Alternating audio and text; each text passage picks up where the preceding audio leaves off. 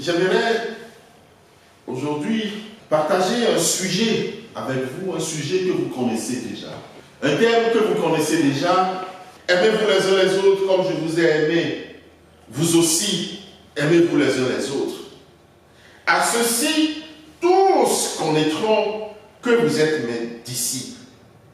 Mais ce qui m'intéresse ce matin, que j'aimerais partager avec vous, et c'est spécialement le verset 34. Aimez-vous les uns les autres, aimez-vous les uns les autres, comme je vous ai aimé. Vous aussi, aimez-vous. Ça parle de l'amour pour tous. Et je continue.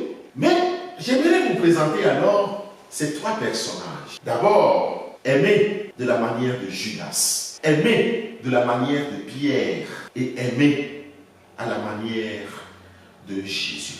Aimer à la manière de Judas. Tous les évangélistes citent Judas. Quand Jésus a appelé les gens, Jésus l'appelle, il est venu à Jésus. Il fait partie des disciples de Jésus-Christ qui ont écouté le Maître. On peut admirer. Croyant qu'on aime.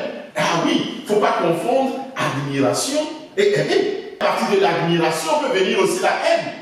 Il a aimé l'argent plus que. Nous aussi, nous pouvons aimer quelqu'un. Mais on peut aimer en celui-là quelque chose puisque la personne elle-même. Mais essayons de regarder tout simplement l'amour de Pierre. Quand nous regardons Matthieu chapitre 26, le verset 29, on remarque ici qu'il a peur. Il a peur parce qu'on l'attribue aussi, on lui dit, toi aussi tu fais partie des 12. Il a dit non, tu ne le connais pas. Cela confirme ce que Jésus-Christ est en train de lui dire dans ce chapitre 13. Avant que le corps ne chante, tu me réuniras. La peur. Essayons d'éviter la peur. Et l'exemple de Jésus-Christ. Jésus-Christ aime Dieu son Père. Il passe beaucoup de temps avec lui. Il parle beaucoup avec lui.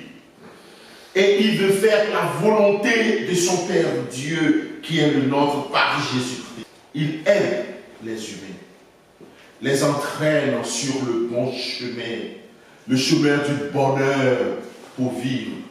Il passe beaucoup de temps à écouter les humains. Oh, nous voyons Jésus-Christ. Il passe beaucoup de temps à écouter. Il est le plus souvent dans la foule. Il vit dans la foule. Il nous répond. Il sent, il relève les sentiments, il donne la réponse aux doutes. Il soulage, il encourage. Le plus souvent, nous n'aimons pas encourager. Surtout quand on voit que Dieu a mis son cachet spécial sur quelque chose. On n'aime pas encourager. Il relève, il pardonne, il guérit. Oh, quel merveilleux, quel amour merveilleux que nous avons. Il donne sa vie. Et sa vie, il a été obéissant pour le faire. Il a été obéissant jusqu'à l'obéissance de la croix. Quelles sont nos priorités aujourd'hui dans nos vies? Quelles sont nos priorités dans la vie? Quelles sont nos priorités dans l'espace? Est-ce que nos priorités sont exactement comme celles de Pierre, de Judas l'Iscariote ou bien de Jésus?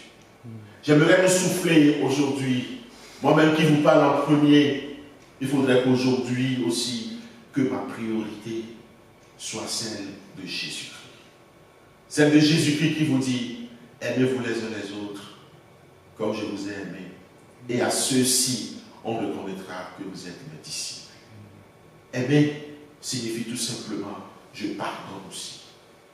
Aimer signifie tout simplement, même si ça me fait mal dans mon corps, le Seigneur a demandé de pardonner. Aimer signifie tout simplement d'aller aussi et de lui parler. Le Seigneur nous aime. J'aimerais vous dire ce matin, dans cette église de Crénay-Mozébek, que le Seigneur nous aime. Il nous aime. Et il a dit, faisons l'homme à notre image. Il a dit, il nous a fait à son image. Ce qui veut dire qu'il nous a donné un peu de lui-même. afin que nous puissions donner ce qu'elle peut aussi aux autres. Aimez-vous les uns les autres, comme je vous ai aimé. Dieu nous aime et qu'il reste dans cet amour et que nous puissions partager cet amour.